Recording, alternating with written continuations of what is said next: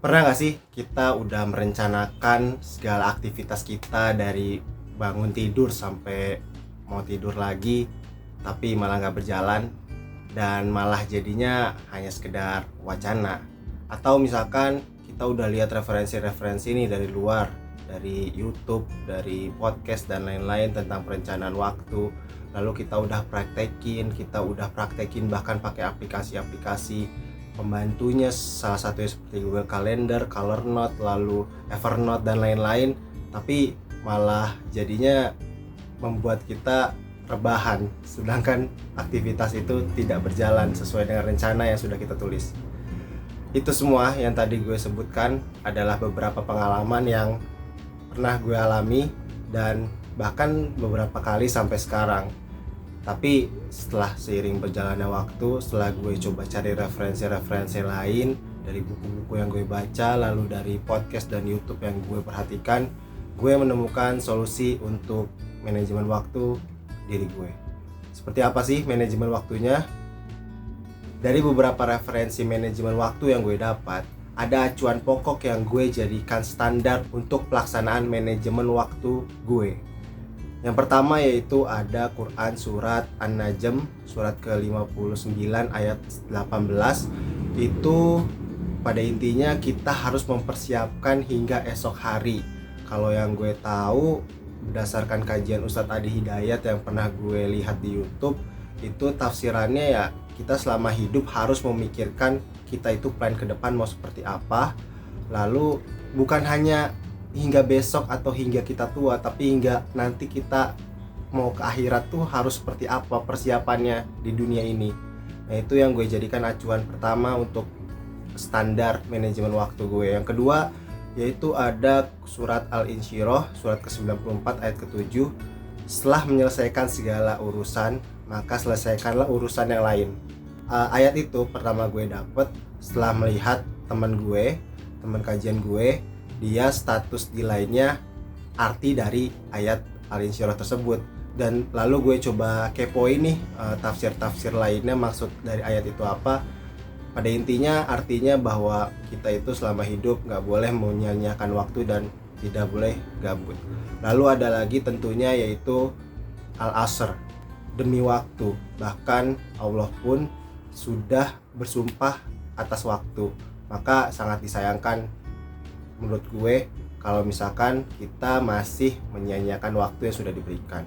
Lalu ada lagi, gue lupa ini dalil atau pernyataan ulama, bunyinya seperti ini: hidup kita itu hanyalah menunggu sholat, maka aktivitas-aktivitas di luar sholat itu ya hanya untuk menunggu datangnya sholat. Maka itu yang gue jadikan standar acuan untuk gue mengatur waktu. Lalu ada lagi yang menjadi referensi lanjutan yaitu kajian Ustadz Syafi'i Antonio. Di situ dijelaskan bahwa jika kita selama hidup mau waktu yang kita gunakan itu bisa bermanfaat dengan baik, maka kita harus melakukan yang wajib dan sunnah saja, tidak melaksanakan yang mubah, makruh dan bahkan haram. Jelas itu mah. Mubah ini sebenarnya nggak apa-apa gitu, mau dilaksanakan nggak dosa, mau nggak dilaksanakan nggak apa-apa. Tapi yang jelas mubah ini bakal membuang banyak waktu. Contohnya apa? Misalkan contohnya ngegame gitu ya, lalu nongkrong gitu kan tanpa ada obrolan yang berfaedah. Itu sebenarnya nggak masalah, nggak dosa-dosa juga, tapi kan banyak menguras waktu yang akhirnya menyia-nyiakan waktu juga. Lalu acuan gue yang lain yaitu kajiannya Ustadz Noman Alihan, Ustadz di Amerika Serikat sana, tentang 8 cara untuk kita bisa bahagia. Yang inti dari ceramah tersebut adalah usaha, dan usaha. Mungkin nanti gue bakal bahas ini di konten selanjutnya. Dari berbagai macam referensi yang tadi gue sebut, itu yang menjadikan acuan gue untuk membuat kerangka dalam mengelola waktu di hidup gue. Dan gue punya kesimpulan tersendiri untuk mengatur waktu yang gue punya. Apa aja diantaranya? Yang pertama adalah niat. Niat itu harus ditumbuhkan dalam diri kita bahwa kita memang sungguh-sungguh untuk serius mengelola waktu. Niat itu yang menjadi bahan bakar kita untuk mencari jalan terbaik untuk mengelola waktu. Yang kedua yaitu fokus pada kegiatan utama. Gue punya beberapa kebiasaan buruk dan gue ingin mengubah kebiasaan itu. Dari buku The Power of Habit yang gue baca, jika kita ingin mengubah suatu kebiasaan, maka ubahlah kebiasaan kunci yang kita punya. Satu aja kebiasaan yang menurut kita buruk itu ingin kita ubah, maka ubahlah itu saja. Gak usah muluk-muluk mengubah semuanya. Yang nantinya jika kita tidak fokus pada satu dan kita ingin berusaha mengubah semuanya, maka itu tidak akan pernah berjalan dengan baik. Tentukan satu, fokus, dan satu kegiatan itu menjadi acuan untuk pengelolaan waktu di hari tersebut atau di perencanaan waktu yang gue buat. Lalu yang ketiga yaitu menulisnya, mencatatnya. Gue udah sering banget sih nyatet, dari mulai di smartphone, di aplikasi catatan tambahan, di Google Calendar dan lain-lain. Tapi gue menemukan yang pas yaitu di buku.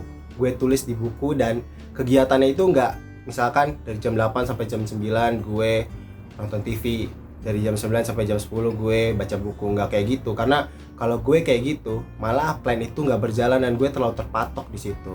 Maka gue menyusunnya dengan cara yang keempat, yaitu gue membagi zona waktu hidup gue ke 9 waktu hidup versi Bahana. Yang pertama ada waktu sahar. Di situ gue templetkan dari bangun tidur sampai azan subuh. Yang kedua ada waktu subuh, itu dari setelah sholat subuh sampai waktu duha, sekitar jam 6-an lah.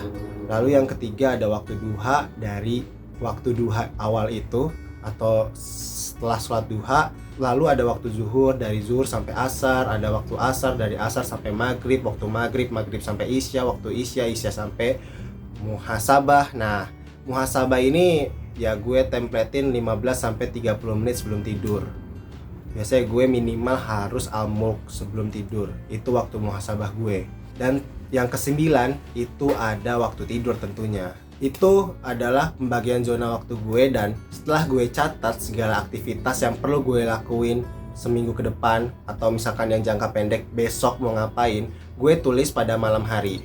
Gue tulis apa aja sebelum tidur di waktu muhasabah itu. Lalu yang plan sebelumnya itu gue checklistin ketika memang ada yang belum checklistin. Nah, setelah ditulis plan untuk besok, contohnya misalkan gue baca buku, lalu kerjaannya apa nih, ditulis di list kerjaan yang harus dikerjakan. Lalu gue beres-beres kosan, nyuci baju. Nah, setelah gue tulis itu, gue kurungin. Ini di waktu sahar, ini di waktu zuhur, ini di waktu asar, ini di waktu maghrib sampai isya. Dan itu yang menjadi acuan gue untuk beraktivitas di hari itu. Dan setelah gue praktekkan sebulan lebih yang lalu, hampir 2 bulan ini, cara itu adalah cara yang efektif untuk gue.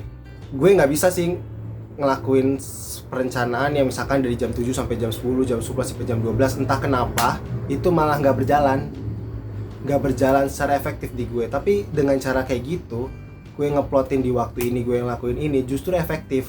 Walaupun pas lagi praknya gue tetap ngeplotin. Nanti kan waktu duha tuh kan banyak ya, dari jam 6 sampai jam 12. Gak mungkin kan gue cuma satu kegiatan baca buku semua, enggak kan. Makanya gue coba beberapa kegiatan di situ. Nah, setelah pas waktu duhanya gue ngeplotin secara detailnya gitu, dari jam sekian sampai jam sekian kira-kira. Atau kalau misalkan kegiatannya banyak, gue pun sama ngeplotin pada malam harinya, ini duha awal dari jam sekian sampai jam sekian. Tapi acuan awalnya itu ya zona waktu yang gue punya itu, waktu duha, waktu zuhur dan lain-lain. Lalu yang keempat, ajak teman yang bisa mengingatkanmu jika kamu lupa dengan perencanaanmu. Jadi coba ajak teman, sahabat, dan lain-lain. Karena kalau sendiri itu kan kadang suka hilaf ya, suka lupa, dan akhirnya rebahan kayak yang tadi awal gue cerita. Maka coba cari teman yang sevisi, yang bisa ngingetin. Biar ketika kita udah punya plan, ya dia ngingetin. Bro, inget bro, lu harus ngaji malam ini. Lo inget bro, lu harus kerja dan ngerjain ini dan ini. Itu jika diperlukan ya teman-teman. Tapi kalau teman-teman bisa sendiri ya alhamdulillah. Tapi kalau mau lebih fighting lagi, lebih bisa ada yang ngingetin lagi, coba ajak temen biar bisa collab bareng dan akhirnya bisa membentuk kebiasaan pengelolaan waktu yang baik juga bersama-sama. Lalu yang terakhir dari gue adalah bersyukur. Kadang gue suka ngeluh dulu ya, kalau misalkan perencanaan yang udah gue buat tuh nggak berjalan dengan baik. Padahal gue sendiri yang ngelakuin itu dan gue sendiri yang membuang waktu itu. Gue memilih untuk main game, gue memilih untuk tiduran, gue memilih untuk melihat suatu hal di YouTube yang tidak sesuai dengan perencanaan. Tapi gue akhirnya nyesel setelah melewati pola yang hampir sama bertahun-tahun. Gue melihat bahwa gue harus bersyukur ketika akhirnya perencanaan gue gagal karena diri gue sendiri, ya oke. Atau misalnya perencanaannya gagal karena ada kegiatan dadakan dari kantor, dari kuliah pada saat itu, ya sudah bersyukur aja, bersyukur, oh ini ada hikmahnya nih dari kegiatan ini.